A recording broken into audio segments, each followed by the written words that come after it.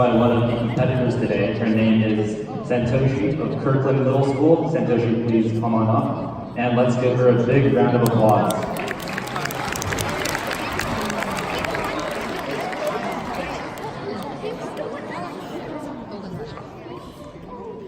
Hey guys! How's everyone doing? Nice. Okay. Well, are we all excited for the awards? Can I have some cheers?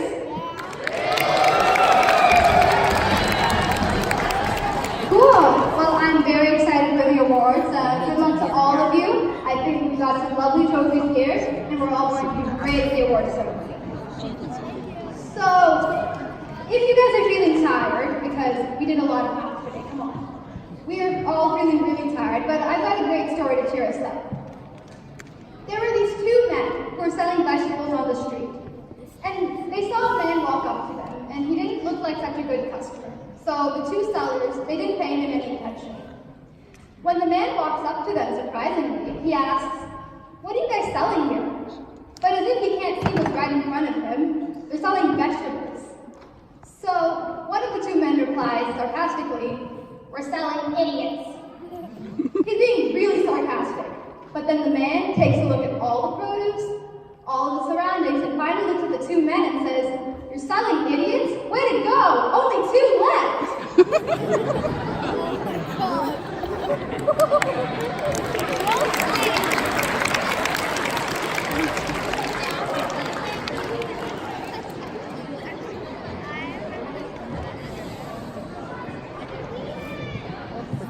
I want to tell you guys a story about when we went to the science fair in 5th grade.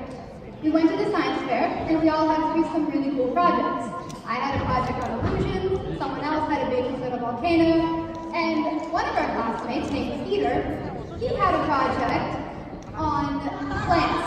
It was crammed in 2 weeks ago because he's Peter the procrastinator. But I wanted to tell you guys some things that Peter did completely wrong with the science fair project, so y'all don't make the same mistakes that he did. What's the first rule of doing a science fair project on plants? Scientists have already discovered that the best thing to water plants with is water. It is not anything else. It is not soda, it is not juice, it is not any of those things. But Peter, he didn't even use water in his experiments. What's the second rule? The second rule of conducting a science fair experiment is that the stupidest conclusion that you can write is probably wrong. Now, what do I mean when I say this? Peter had, I kid you not, his plants listening to different types of music. Yeah, that's possible. He had the first plant listening to classical music, the second plant listening to jazz music, and a third one listening to hip hop. His fourth one was just a control plant, wasn't listening to anything. And you know what? The plant that listened to jazz music grew the tallest. And you know why? Because if you have 4 plants, they're not all going to go the same height. You're going to have little variations. But that's not what Peter wrote in his conclusion. Here it is. Jazz has smoother beats.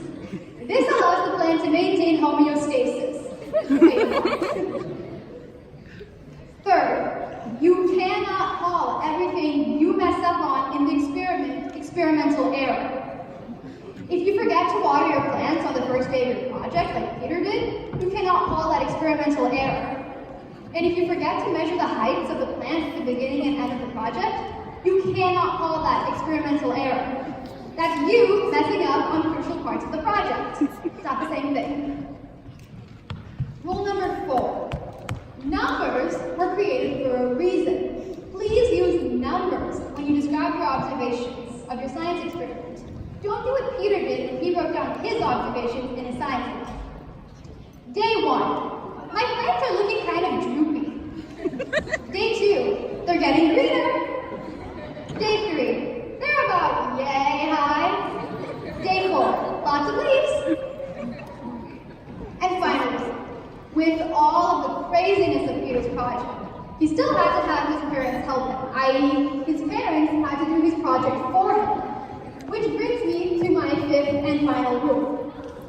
The judge will know if you had help with your project. And how did the judge know that Peter had help with his project? All it took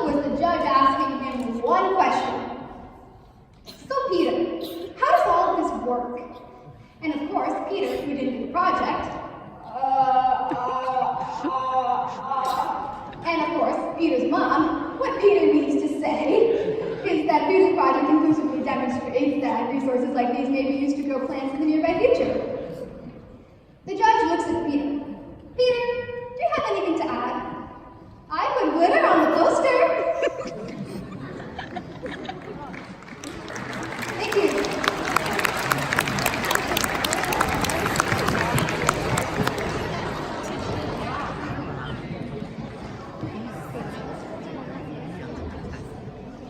There was once a biologist who was unemployed. This biologist was looking for a job, so obviously he applies for one at the zoo. Unfortunately, his interviewer tells him that their star attraction, the gorilla, has just run away from the zoo. So what do they need the biologist to do? They need him to dress up as a gorilla and play the part of a gorilla so then it'll buy them more time to get a real one. The biologist, though he's completely embarrassed, accepts the job. So the next day, his interviewer hands him a gorilla costume and puts him in a cage. So what's the biologist to do now? He jumps up and down, pounds his chest, screams, roars, and people throw food at him, and he really gets into the act after a while. And there was this one time, they had a really good night at the zoo. Lots of visitors, and it was great. But the biologist was so tired from that night that when he came back to the zoo the next morning into his cage, he realized that he was in the wrong cage. He was in the cage, face to face, with the ferocious lion. And the lion looked hungry. So the biologist starts running in the opposite direction, fearing his life. But this lion is so fast that he catches him in a flying tackle. And he looks him square in the eyes. And the biologist, at the last resort, reveals his human identity by screaming, "Help! Someone help me!" And the lion, who's looking hungry and ferocious, looks him square in the eyes and growls, "Dude, it's me, Leonard! Shut up, you're gonna get us both fired!"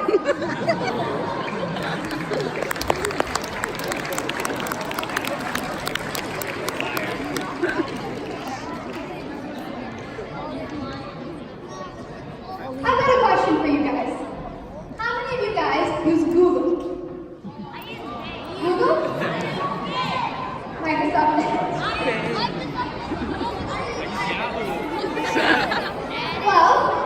Well, can we all agree that Google is very popular?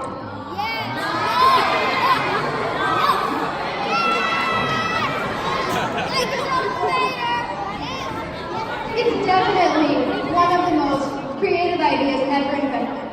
To be able to search anything is a great tool to have. But imagine, Google is one of the most powerful companies in the world. Imagine if it extended its influence to very ordinary places, like pizza joints. I know we all love to go to Pizza Hut, Domino's, Little Caesars, and just grab a bite of pizza. But imagine, let us say that Google owned a pizza store. What would it be like? Let's take it from a real customer. This customer had one of his favorite pizza joints, called Gordon's Pizza. He used to go to Gordon's Pizza every Friday, Saturday, and Sunday and order the exact same pizza. He ordered at the exact same place because he really liked the ingredients that they used. But Google bought the pizza store, and this guy isn't aware of it. So he calls up the regular Gordon's Pizza number and says, "Hello, this is Gordon's Pizza?" The operator replies, "No, sir, this is Google's Pizza." Wait, I'm sorry, did I call the wrong number?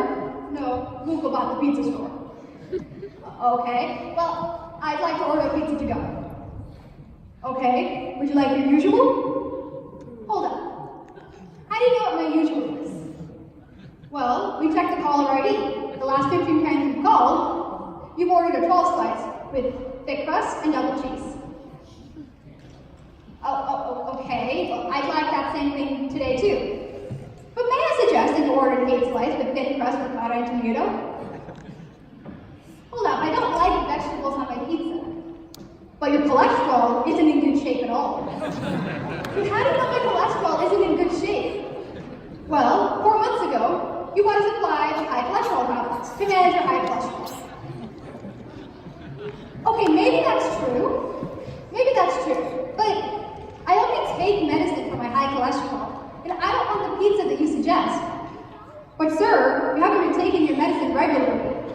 How do you know that? Because 4 months ago, you only bought a 1-month supply box. Well, I bought more from another drugstore. This isn't showing up on your credit card information, sir. I paid in cash. Well, according to your bank statement, you didn't withdraw that much cash. I have another source of cash. This isn't showing up on your tax returns form, unless you got it from an undeclared income source. I borrowed money from a friend. I borrowed cash from a friend. Well, on your Facebook account, you've posted multiple times you have never borrowed money from friends, and you never will borrow money from friends. This is according to your Facebook account. My Facebook account is so long ago. I use my Twitter account now. Well, on your Twitter account, you have multiple posts. Hashtag never borrowed money from friends. Hashtag will never borrow money from friends. Okay, you know what? That's it. I am sick of Google, Facebook, and Twitter taking over my life. I'm going to take me out of here. I hate your pizza joint. And you know what? Better yet, I am going to fly to another country. No one will ever be able to hear, see, track, or find me. I understand your frustration, sir, but you will need to renew your passport to do that, which expired 5 weeks ago.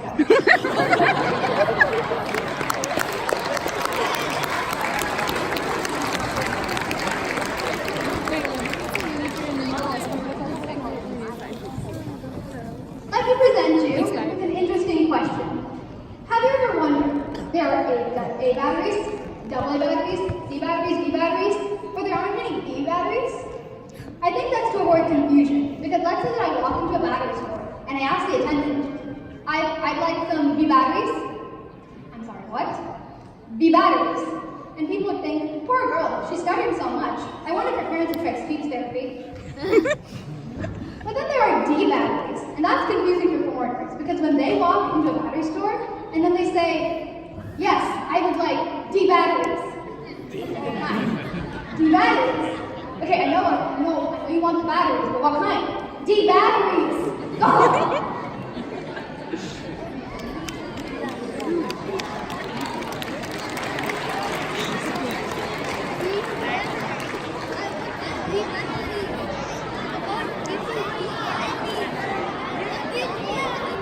I have one more story to tell you guys. One more story.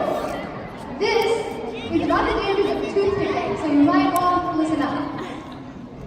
There was a boy who was waiting at a bus stand. He was waiting for the bus to come, and he had a lot of chocolate from his Halloween splurge the night before. So he was eating chocolate after chocolate after chocolate after chocolate. And then there was this old man who came by and sat next to the boy, and he was waiting for the bus too. And he saw that the boy was eating so much chocolate. So he replied, "You do know that eating all that chocolate is pretty bad for you, right? You know you're not going to live that long." The boy replied, "You know my grandfather lived for 132 years. Was it because he ate chocolate?" The old man asked. "I don't think so." "No, it's because my grandfather always minded his own business."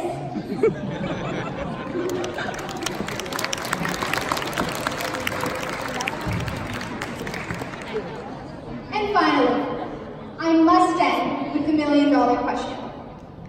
Why did the chicken cross the road?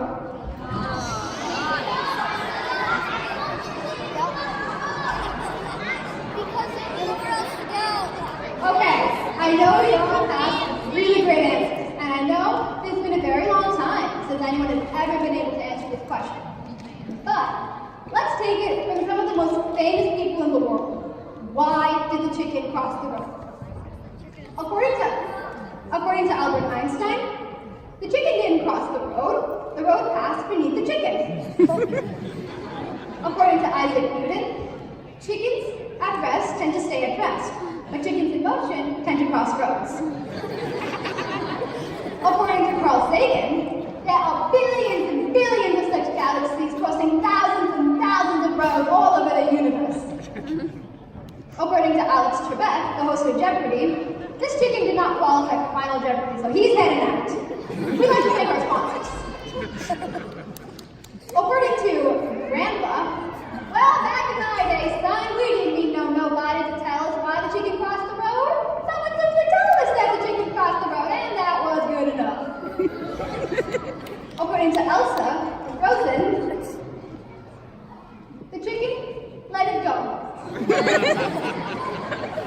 According to Barack Obama, our former president, this chicken crossed the road because the chicken wanted change. We want change! And according to our current president, Donald Trump, we will build a wall so that no chicken ever crosses this road ever.